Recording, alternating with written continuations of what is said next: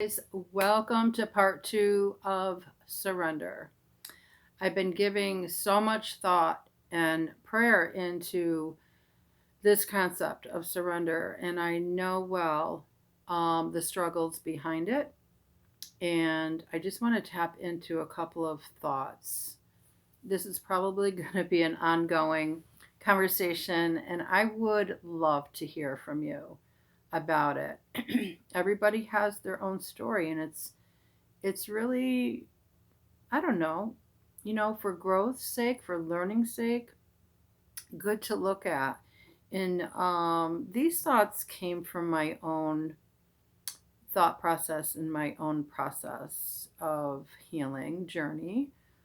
Um, and really, I was thinking today about the mind and the heart. And if I threw out the question, the general question, where does surrender come from?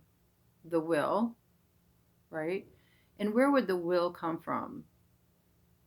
And before you answer that, as I did, I thought about my own will of things that I was willing to do, not willing to do in life. And you can probably conclude that to be your mind, right?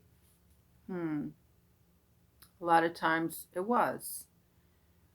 Things of the mind, the conclusions, the assumptions, the reasonings of why we do or don't do things. And that's probably a basic concept, right? Okay, let's go a little bit further. What about the issues of the heart? What about the will of surrender of the heart? I think we're tapping into a whole nother thing. So both can suffer and both can be happy. How is it that some people can just seemingly think on things and make a decision and I'm going to be happy and that's it? And it's all controlled by your mind. That's fine. That's fine concept. We work on that every day. Obviously, everybody does. No matter what the struggle in life, no matter how healthy minded you are, you're still going to have battles to come and face. And then what are you going to think on? And we always focus on the mind. Nothing wrong with that. But what I'm saying and throwing on the table is let's look at the heart. I did word search studies for years in the Bible, and I looked up, and I have it in a folder somewhere. I should have brought it with me. Next time I'll bring it with me. How many scriptures on the heart?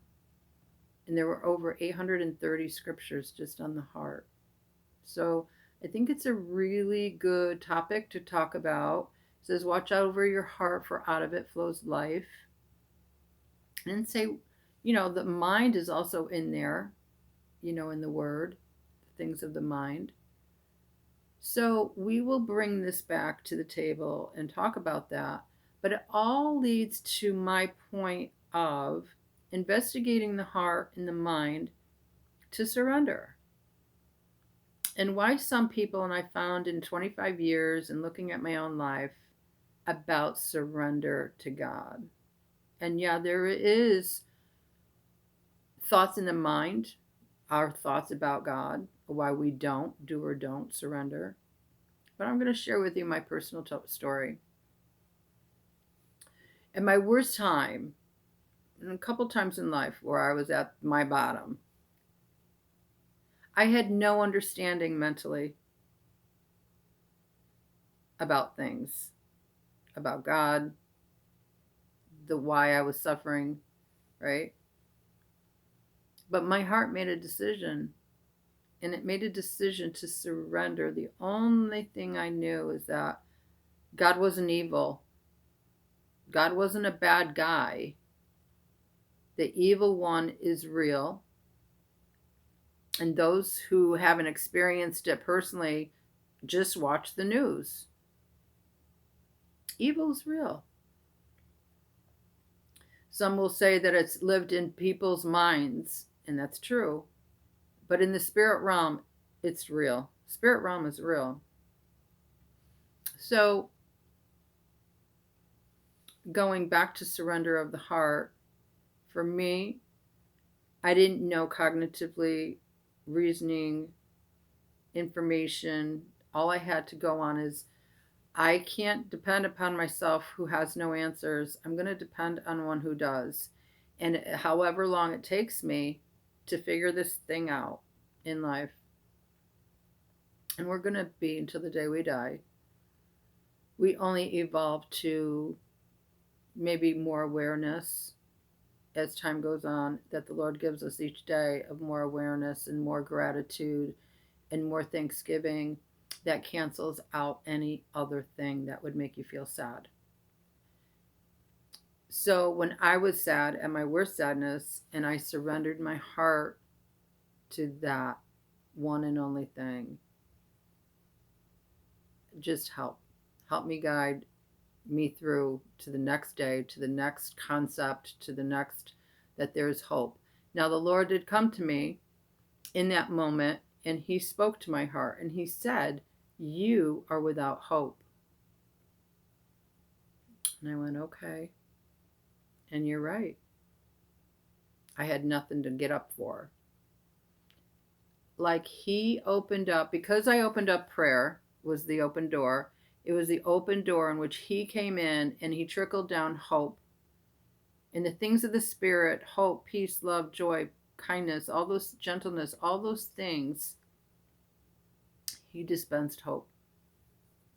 He knows exactly what you need every day. So the door of prayer, which I did when I had no understanding here, in my heart, I made a decision to surrender my will to the one who I could trust and know that He's not evil. He's for me. And it was a day by day thing. And He showed me at my end, He says, "Look at me. I'll take you out one step at a time. One step at a time. One day at a time. One step at a time." And for many people I've talked to, it's one moment at a time. Because they've so surrendered to the lie of here, and they don't know the difference of here and here, that you can make a heart decision as this is going amok and going all over the place. In here, you can make a decision to look up. If you have eyes that can look up and you're still breathing, you can look up. I did. I was at my end. I looked up. He said, "Keep on looking at me. I'm going to get you out one step at a time."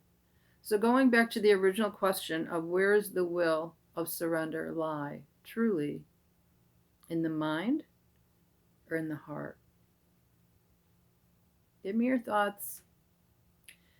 Love you guys. So glad you're here with me. I'd love to hear from you. Have a great day. Be at peace. Take care. Bye-bye.